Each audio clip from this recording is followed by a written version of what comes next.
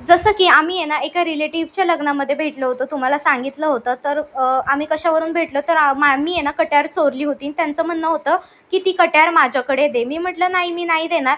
तर त्यांच्याकडे आला होता कट्यारीचा नारळाचा भाग आणि माझ्याकडे आली होती ती कट्यार. सो त्यांनी मला म्हटले होते, की "ती कट्यार नारळाला लावून असते, तर नारळ तू घे किंवा कट्यार माझ्याकडे दे." मी म्हटलं, "मग मी नाही देणार." मग तो म्हटलं ते मला म्हटलेले, की "नारळाचं मी काय करू?" मग मी त्यावर त्यांना असं बोलले होते, की "खोबरं करून खा."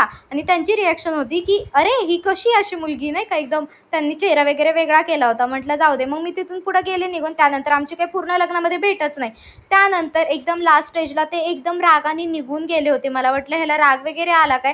पण माझ्या मनामध्ये ना एक ते फीलिंग ढगातवाली असते ना, ती वाली ना जागृत झाली होती.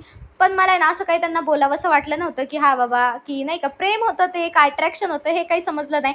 बाकीचा पार्ट आहे ना मी उद्याच्या पार्टमध्ये सांगते. सो चला मग उद्याच्या पार्टसाठी ना सबस्क्राईब करायला विसरू नका. बाय.